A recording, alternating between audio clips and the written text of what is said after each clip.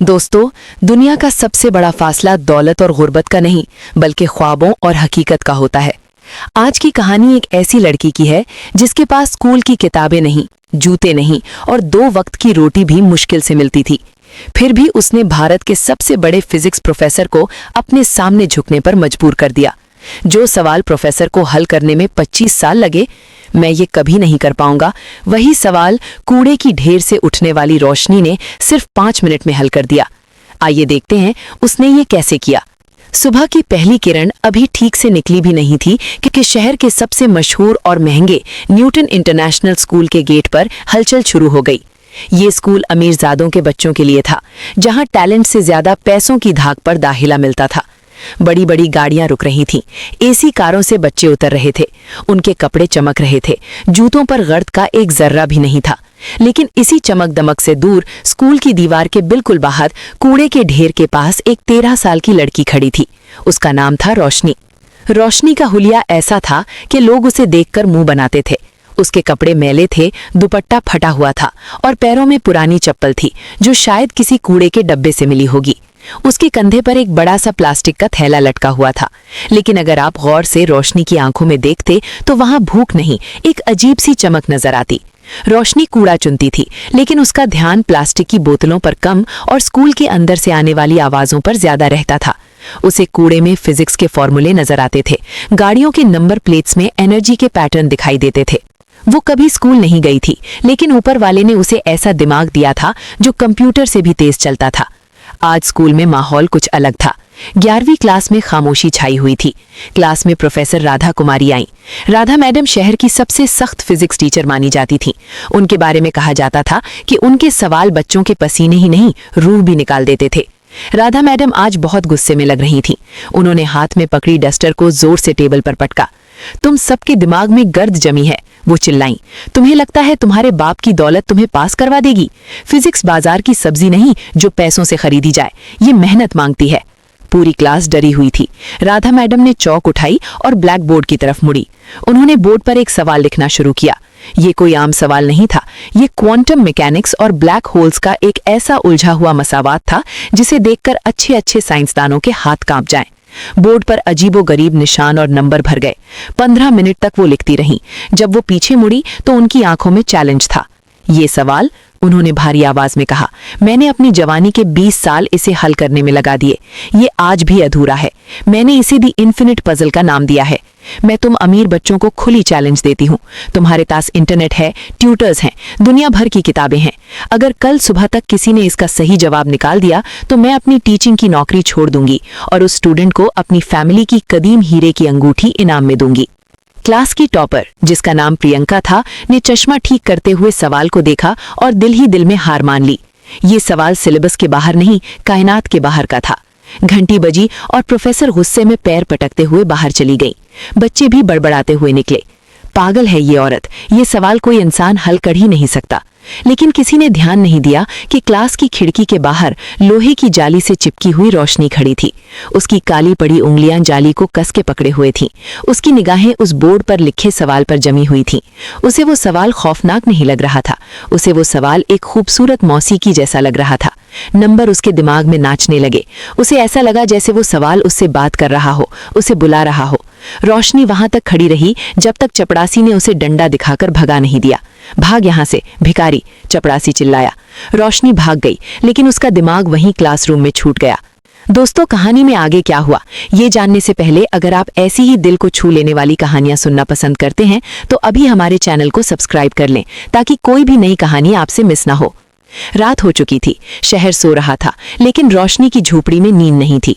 उसका नशई बाप खर्राटे ले रहा था और माँ बीमार पड़ी थी। घर में खाने को कुछ नहीं था।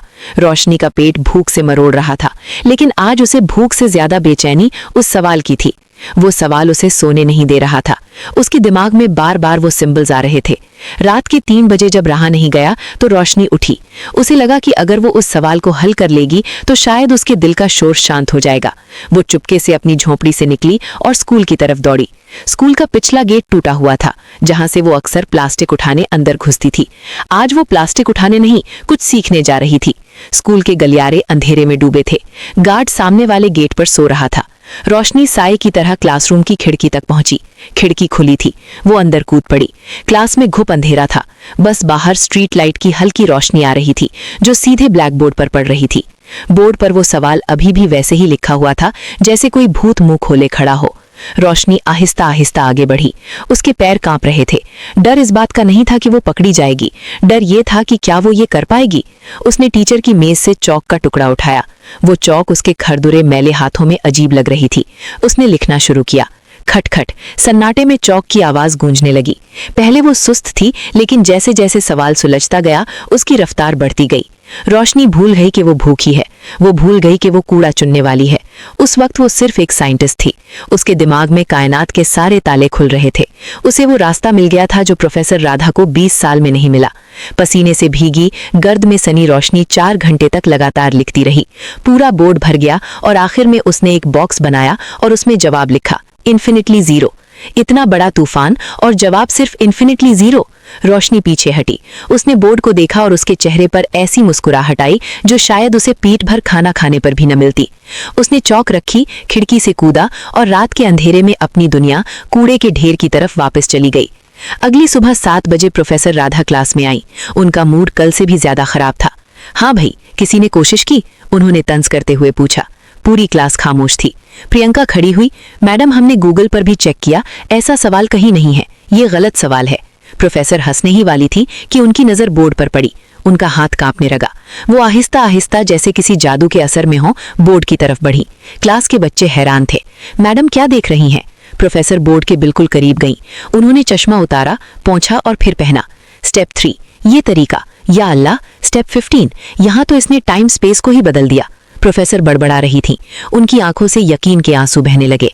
ये नामुमकिन है, ये बिल्कुल सही है, ये परफेक्ट है। वो अचानक पलटी और चिल्लाई, किसने किया ये? झूठ मत बोलना। तुम में से किसकी इतनी हिम्मत है जो मेरी 20 साल की मेहनत को एक रात में सुलझा दे? क्लास में सन्नाटा था। प्रियंका बोली, मैडम, हम कसम खाते हैं, कल शाम जब हम गए थे तो बोर्ड खाली था, रात में क्लास बंद थी। प्रोफेसर ने अपना सर पकड़ लिया। कोई तो आया था, कोई ऐसा जिसका दिमाग न्यूटन जैसा है। ये लिखाई देखो, ये किसी सधे हुए स्टूडेंट की नहीं है, ये किसी आजाद हाथ की लिखावट है। उन्होंने फौरन प्रिंसिपल और सिक्योरिटी को बुलाया। सीसीटीवी फुटेज चेक की गई। ब्लैक एंड व्हाइट स्क्रीन पर रात के 4 बजे एक छोटी सी साया खिड़की से कूदती हुई दिखाई देती है। कपड़े फटे हुए, बाल बिखरे हुए। वो लड़की बोर्ड के पास जाती है और पागलों की तरह लिखने लगती है। प्रिंसिपल ने फुटेज को जूम किया। अरे, ये तो वही कूड़ा चुनने वाली लड़की है जो कल गेट पर खड़ी थी।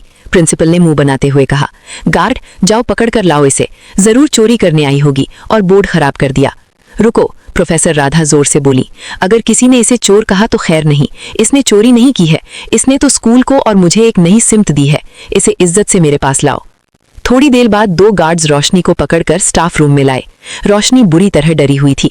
उसे लगा कि चोरी छुपे घुसने के लिए उसे पुलिस के हवाले कर दिया जाएगा। उसके कपड़े मैले थे, जिस्म से बदबू आ रही थी।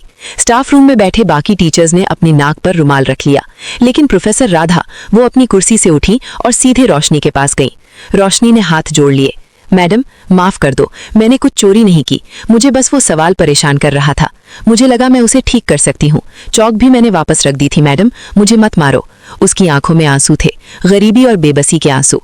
राधा मैडम की आंखों में पानी आ गया। उन्होंने रोशनी के मैले हाथों को अपने हाथों में ले लिया। वो हाथ जो शायद कभी साबुन से नहीं धुले थे, आज एक प्रोफेसर उन्हें चूम रही थी। बेटी, तुमने कुछ चुराया नहीं, बल्कि तुमने तो मुझे वो दे दिया जो मैं पूरी जिंदगी ढूंढ रही थी।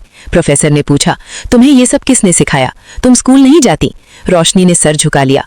मैडम, स्कूल जाने के लिए पैसे नहीं थे। कूड़े में पुरानी किताबें मिलती थीं, रद्दी वाले की दुकान पर बैठकर पढ़ लेती थी।